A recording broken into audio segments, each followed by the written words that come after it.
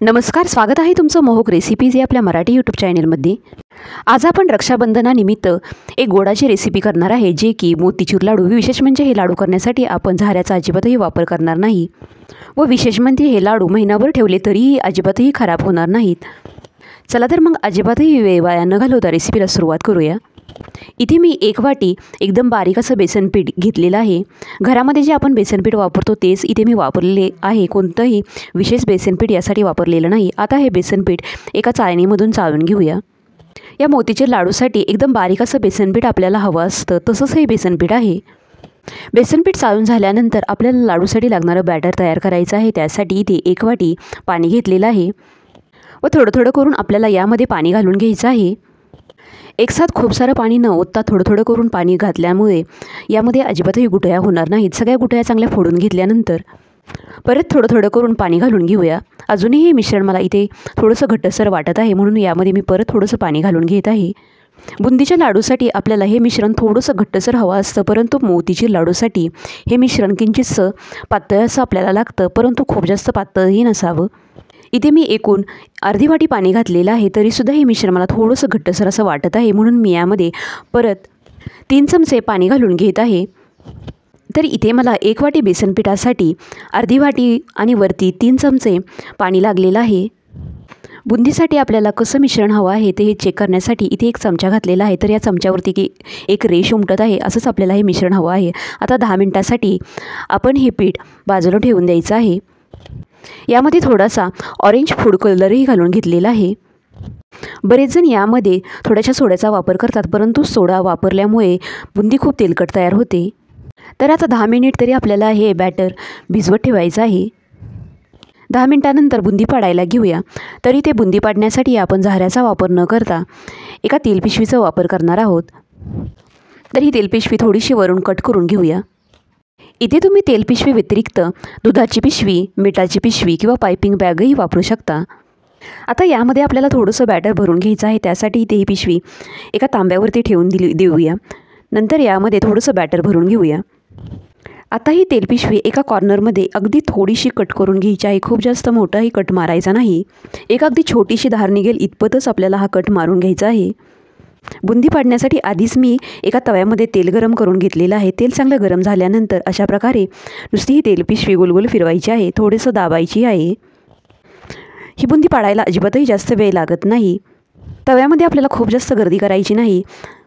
तसेच ही बुंदी आपल्याला एकदम मोठ्या आचेवरतीच चांगली तळून घ्यायची आहे, खूप जास्त करपवायची नाही।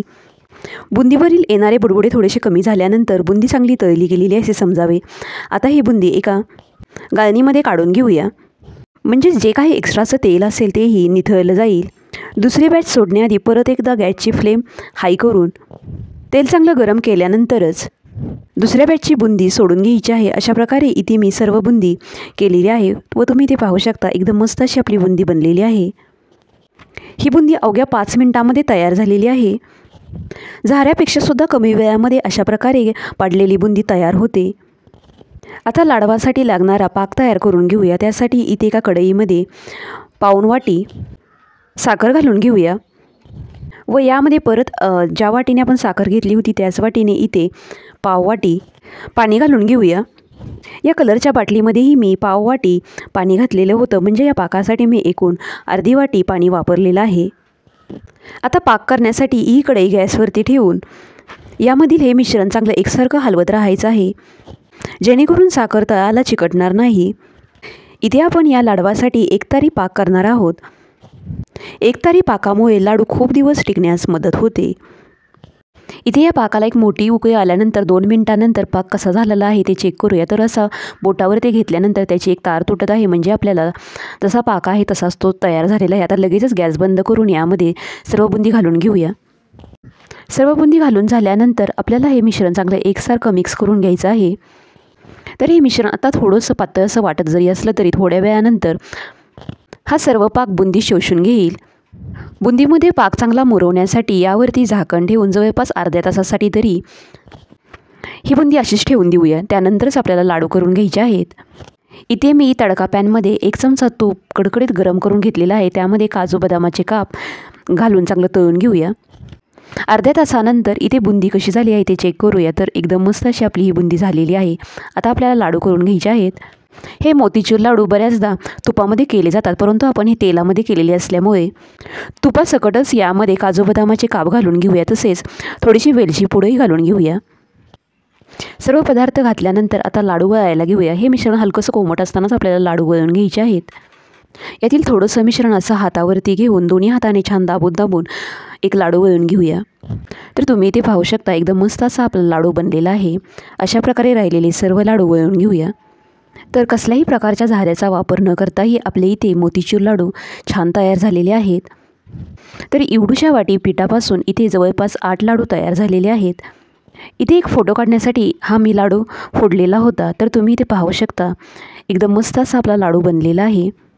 अशा प्रकारे एकतारी पाक करून केलेले लाडू अजिबातही गिजगे होत नाही, तर एकदम रसरशी तयार होतात. तसेच ते लवकर खराब न होता खूप दिवसांपर्यंत चांगले टिकतात. व्हिडिओ पाहिल्याबद्दल धन्यवाद. पुन्हा भेटूया तशाच एका नवीन रेसिपीसह.